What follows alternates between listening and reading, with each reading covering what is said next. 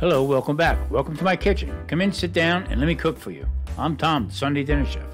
Let's get started. Well, it's been a year. So what I'm thinking about doing is I'm going to recreate the first video I made for the Sunday Dinner Chef. Why not go back and redo it? Okay, so we're going to make a margarita pizza. Now, I'm going to give you the ingredients real fast because I have a lot to say about my channel here and to everybody who supports me. So into 1 cup of warm water, that's between 90 and 100 degrees, I added in a teaspoon of yeast, dry active yeast, and also a teaspoon of sugar. 1-to-1 ratio. This will help make it a little bit more bubblier. You'll see the fermentation start right away. Now, normally it would be 3 cups of flour to that mixture. Today I'm going to be using 3/4 cups of 00 flour. Now, 00 flour means it was milled twice. Then I'm going to be adding in semolina. Now, semolina is semolina that has been milled twice also. So that is semolina and the flour. This is going to give it a nice crunch, and also it's going to have a great flavor to it. So now, into the dry mix, I will be adding a ½ teaspoon of salt. I don't put the salt in with the yeast and the sugar because the salt will have a tendency to break it down. It'll actually slow the fermentation down.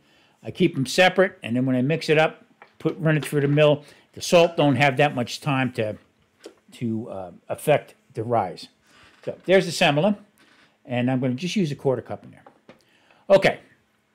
Now this channel here was a brainstorm of mine because I just wanted to do a regular dinner, a regular Sunday sit-down dinner, and just to go back, I guess, in time in my childhood or back to when I was a chef working in a restaurant. And Sundays was always a great time for me because I would see families together, whatever. Not to be long in the tooth here, but it just meant a lot to me. So I told my wife, I said, you know what, I'm going to start a regular channel, nice and easy, a little jazzy music to it, give that easy afternoon feeling, I guess. And I started it. A good friend of mine, Charlie from Cooking Secrets for Men, a great channel. Check him out, please.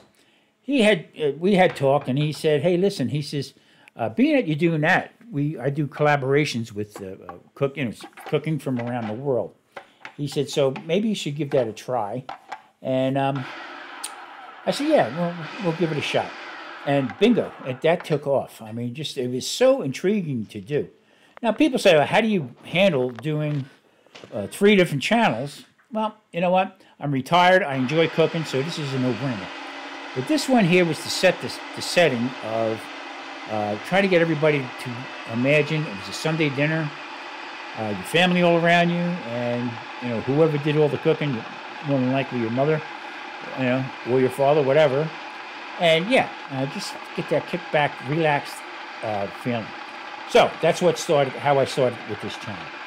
I just thought it was fitting to go back to the root of it and bring it up. Because I said, let me make a pizza, homemade pizza, and see how it would go. Well, I tell you what, it actually took off pretty good. I was real happy with it. Now, another friend of mine, Kevin from Man Kitchen Recipes, great guy, great friend, always. He's a busy guy, always likes and leaves a comment on both of my channels, matter of fact. So they're people I appreciate. Ginger from Not For Nothing Homestead, another great one. There are so many people that if I forget, please don't get mad at me. But I mean, there is a ton. This channel took off in a year's time. The amount of subscribers and the amount of just views that I've had is phenomenal. So I'm going to continue doing this, and I'm going to take my time with it because I want to make sure if somebody's learning how to cook or wants to learn how to cook, there you have it. All right, let's get back to this recipe here. So, as you've seen, I put it through my food processor. You can do this by hand if you want, but in nowadays, why not use something to help you out with it? So, what I'm going to do is I'm going to take this and knead it up a little bit. This has a different feeling from the semolina. Okay, I don't know how to explain it. A little bit more gritty, but not like you would use semolina. So I'm going to knead this here, and then I am going to actually wrap it up. I'm going to put it in a oiled bowl, and I'm going to cover it. Leave it sit for a while in room temperature. It's going to raise a little bit. I'm going to punch it down, cover it again, and it's going to sit 24 hours in the refrigerator.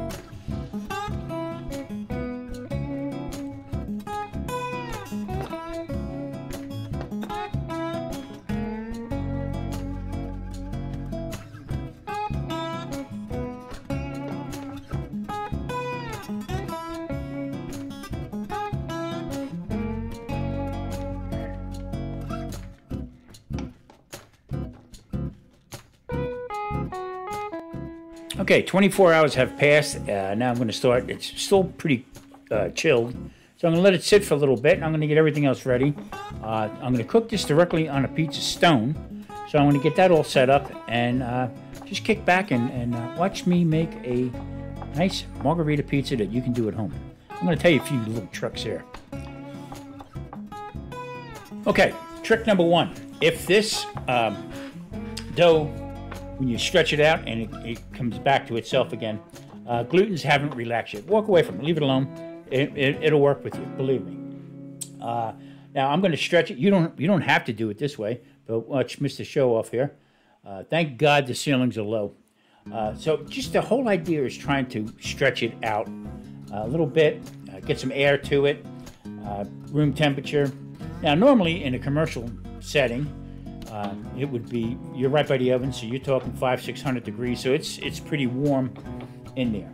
Now, there it is right there. It's still a little tough to work with. So that pan there, I'm going to put some olive oil on it. Once I put the olive oil on it, it's going to stretch out nice and relaxed, and voila, there you have it. So what I do with my home pizza is I put it in the oven for a little bit. Not a long time. I put it in for maybe about 5 minutes, just to make it a little bit more tougher. Easy to work with so you don't tear it, basically. So I'm going to be using some fresh mozzarella. Also, I have a tomato sauce that is tomatoes, crushed tomatoes, garlic that I sauteed up earlier, and also some basil and some wheat Italian from Not For Nothing Homestead from Ginger. Really good stuff. I like it a lot. So that's what's in that sauce, and that's it. So I'm getting everything prepared, and I'm going to pull that other one out of the oven pretty soon. And then I'm going to brush olive oil on it. Now, why am I doing that is because in our home ovens, they are very dry. In a commercial oven, there is a hydration. Some of them have a steam hose on it. Ours doesn't. Now, you can put in a pot of boiling water, but sometimes that doesn't really do the trick. So when I put the olive oil on it, this is going to help the top cook just as fast as the bottom. So the sauce will cook up a little bit more and help melt the cheese. And I tell you what, it keeps it from really drying out. I've had some pizzas that I made at home that were like, wow, very dry. So, all right, that's what we're going to do. Now we're going to put it together, and then it's going to go into the oven at 450 onto the stone.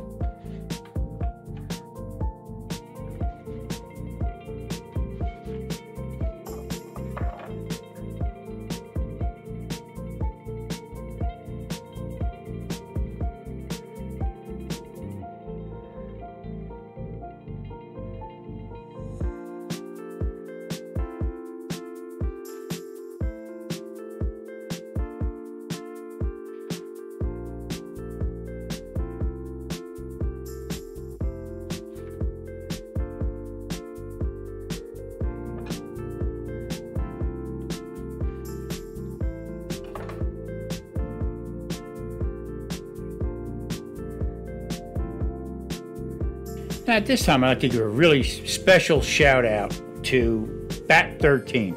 I tell you what, every video I make on either channel, comment, like, always there, always there. I tell you what, I really do appreciate it so much, Bat. Thank you, thank you, thank you. And there's another content creator who's been with me basically from day one. Nancy from Our Treasured Homes. Great person, always there. Nancy, thank you so much.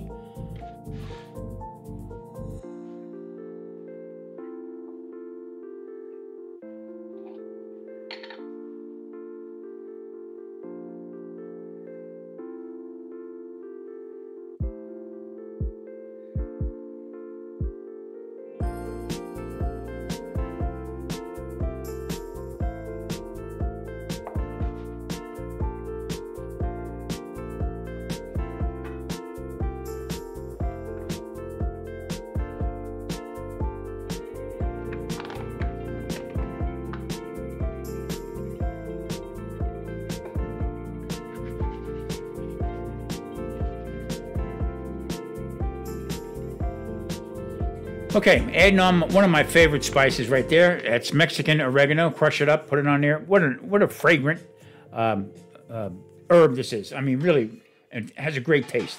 Now, normally on a margarita, you would be putting on fresh basil. The ones we're growing are very small, so I used our dried basil that we get from our plants, and we dry them ourselves. Now, the last couple tips. On the pan, for some odd reason, the footage of me putting it into the oven did not come out for some reason. It's lost somewhere in my computer. But anyway, what I do is I olive oil on the pan, and then I put some olive oil on the peel itself. This way I can slide it in, doesn't stick, and it works out really well. So now there's a lot of people I want to thank, but you know what? I'm afraid that I'm going to miss somebody, and I don't want to offend anybody. So listen, you know who you are. Thank you so much for all your support, and I can't thank you enough. I just received a notification from YouTube that I have 1,000 hours. All right, I really do appreciate it, but I need 3 more thousand to get this channel monetized, and I would definitely like to do it. If you can, watch some of the videos. There's only 115 of them. I mean, come on. Listen, thank you from the bottom of my heart. I really do appreciate everybody. I didn't see this channel going anywhere, but this one took off pretty well. With that said, thank you everybody. The pizza was delicious, and I'm stuck for words here, although I'm saying a lot. All right, remember every Sunday, Sunday Dinner Chef, I will be cooking something. If you have a request that you want to see, or I did forgotten foods. If you have any kind of ideas, please let me know. All right, everybody, thank you so much. Hit that like, subscribe button. See you next Sunday. Please stay safe.